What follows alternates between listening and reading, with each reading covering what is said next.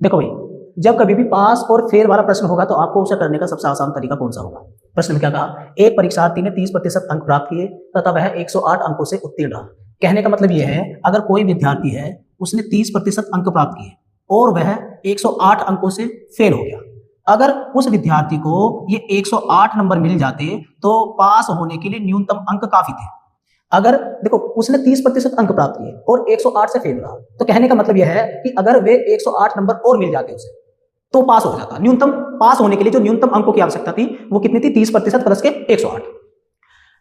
दूसरे विद्यार्थी ने 52% अंक प्राप्त किए। दूसरा विद्यार्थी ने कितने प्रतिशत अंक प्राप्त किए, 52% अंक प्राप्त किए, जो उत्तीर्ण होने के लिए आवश्यक अंकों से 24 अधिक है। कहने का मतलब यह है कि अगर इस व्यक्ति को ये 24 नंबर कम लेकर आ जाता, अगर ये दूसरा छात्र 24 नंबर कम लेकर आ जाता तो भी पास होता।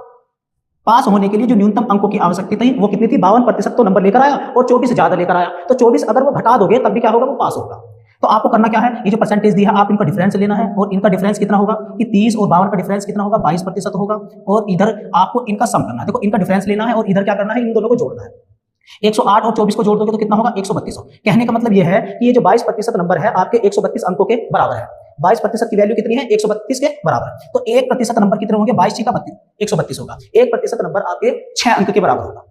क्या कहा उसने, कहा उत्तीर्ण होने के लिए कम से कम कितने प्रतिशत अंकों की आवश्यकता होगी। देखो आंसर हमें परसेंटेज में देना है और प्रतिशत का मतलब है, देखो 6 नंबर 1 अंक के बराबर है, तो आपको यहां से देख लो कि 108 नंबर कितने अंकों के बराबर होंगे, या फिर 24 नंबर कितने प्रतिशत अंक के बराबर होंगे। 6 नंबर अगर 1% है तो 24 नंबर का मतलब है, देखो 6 का 4 गुना है तो आपको 1 का 4 गुना करना है, 4% नंबर होंगे। तो 52 में से 4% घटाओगे तो पास होने के लिए 48% अंकों की क्या होगी, न्यूनतम आवश्यकता होगी। तो ऑप्शन क्या होगा, बी सही होगा।